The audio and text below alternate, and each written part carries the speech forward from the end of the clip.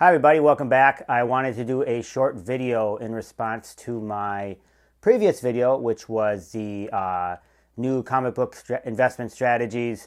I'll link that above and below. I got so many comments and a ton of DMs just asking me different questions, so I wanted to answer some of them in a quick video. As I would always say, those are just fun tiers I came up with. It's kind of up to you whether or not you want to follow it or think about it. Maybe you think about it differently now. And it's not, nothing groundbreaking either. But, this is a fun hobby, so, you just want to collect what you want. I don't think if you, love this specific comic and it doesn't, fall into some investment category, I don't think that should, you should make any decisions on that. But anyways, back to the different tiers. So the first one I would say is none of the tiers are good or bad. I think that it's just a different way in how I was thinking about it.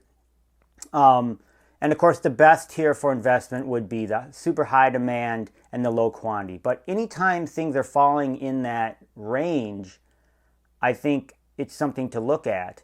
And you want to jump on whenever you can if it makes sense for you. Now, the best one to, of course, invest in, which I should have said in the video, is when it's low demand and low quantity.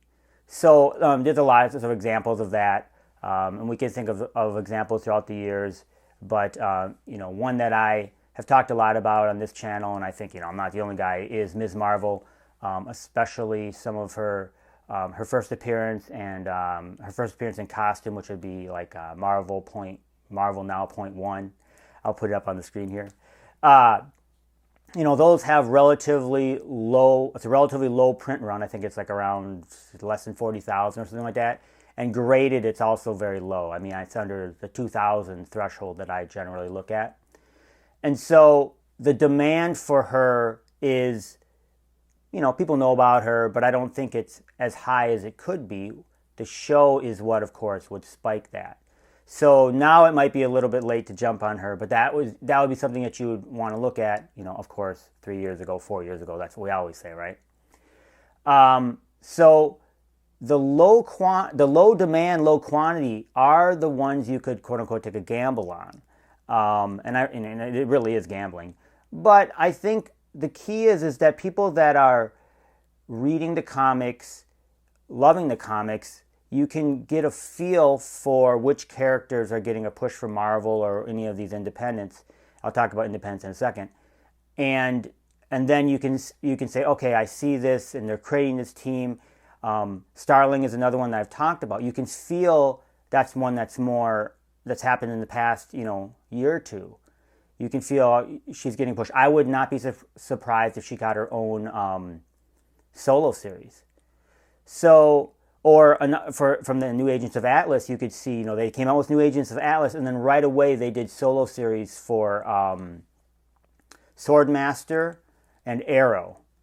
So, that's why I always say New Agents of Atlas 2, which is the second one in that series. The first one is obviously very hot, but the second one, which has a much, much smaller print run, and is the first full appearance of Swordmaster, is one to look at.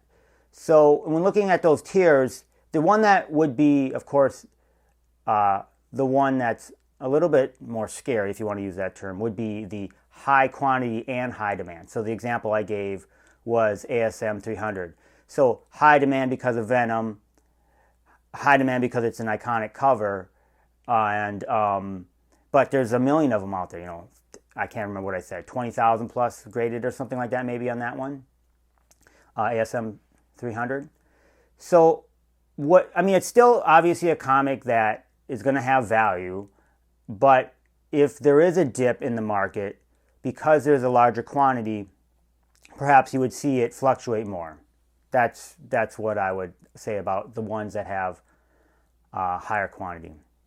Anyways, I've gotten so many good questions. I think I'm going to do a number of videos on how I think about comics as units and how you want to look at them in terms of an investment perspective, because I've had so many questions. So look for that.